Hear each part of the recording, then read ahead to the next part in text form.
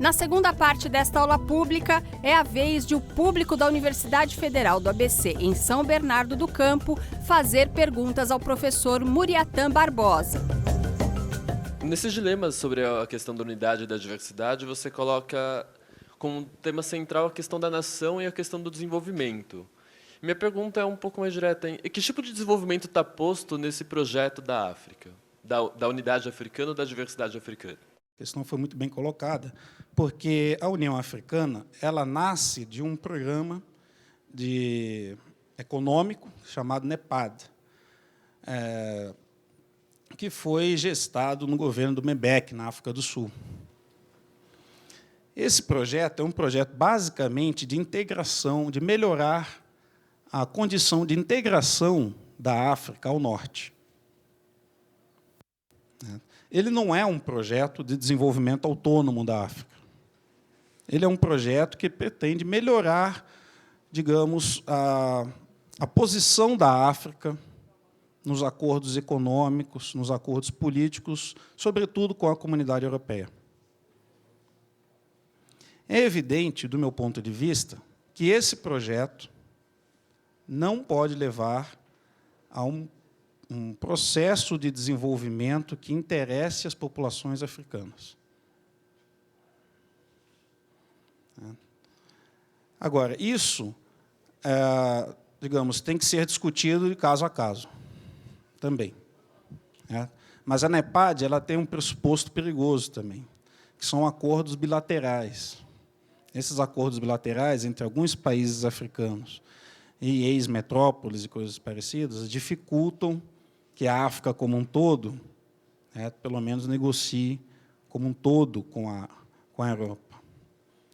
Então, esse é um debate bem importante, bem atual, mas a ideia de um desenvolvimento autônomo, de um desenvolvimento endógeno, e todas as consequências disso, hoje, volta muito fortemente no pensamento social africano. De como produzir um desenvolvimento que necessariamente melhora a qualidade de vida. Essa é a questão, que não é a questão africana, na verdade, é a grande questão do desenvolvimento hoje.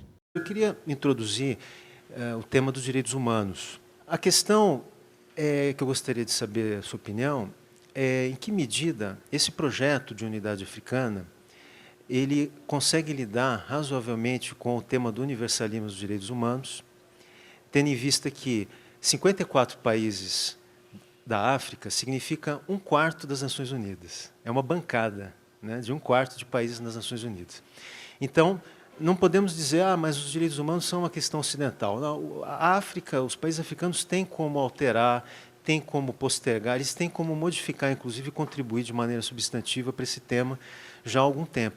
Eu acho que há, digamos, uma questão ideológica envolvida que é difícil resolução, né? Quer dizer, a temática dos direitos humanos ela pode ser utilizada ideologicamente. E isso ocorre muito na África. Então, certas discussões, certos fatos que agridem os direitos humanos, digamos, são mostrados no Ocidente de acordo com os interesses do Ocidente também, e outros são escondidos.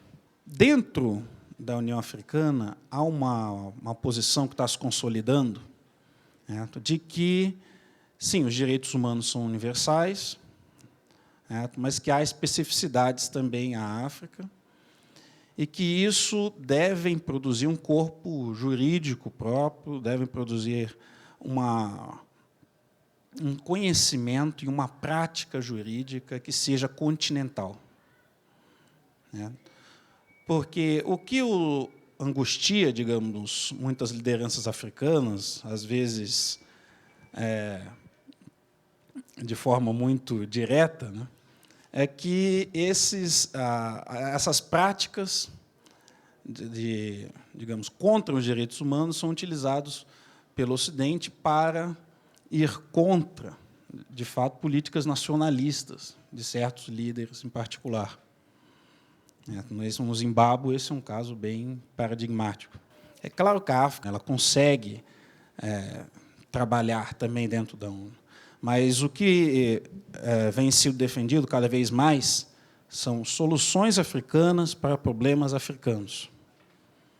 Isso se aplica à questão da segurança, isso se aplica aos direitos humanos, isso se aplica ao desenvolvimento, isso se aplica à igualdade social, a gênero, porque todos os povos têm tendências progressistas, têm tendências retrógradas, e são as tendências progressistas africanas que devem julgar as práticas africanas. Então, a tradição pan-africanista, essa é a defesa da tradição pan-africanista, desse ponto em particular, mas eu acho que ela se segue em relação a outros temas também. Que são os próprios africanos que devem julgar os africanos. E que isso não significaria um habeas corpus para todo tipo de crime aos direitos humanos e coisas parecidas.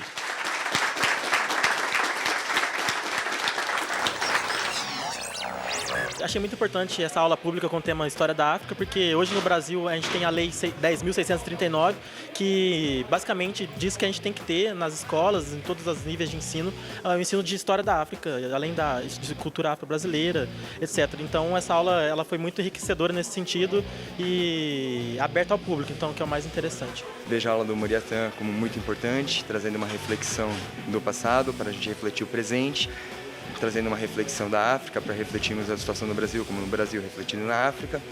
E vejo essas reflexões do Muriatã muito importantes para a sociedade brasileira e o UFABC fazendo o seu objetivo, que é informar a população.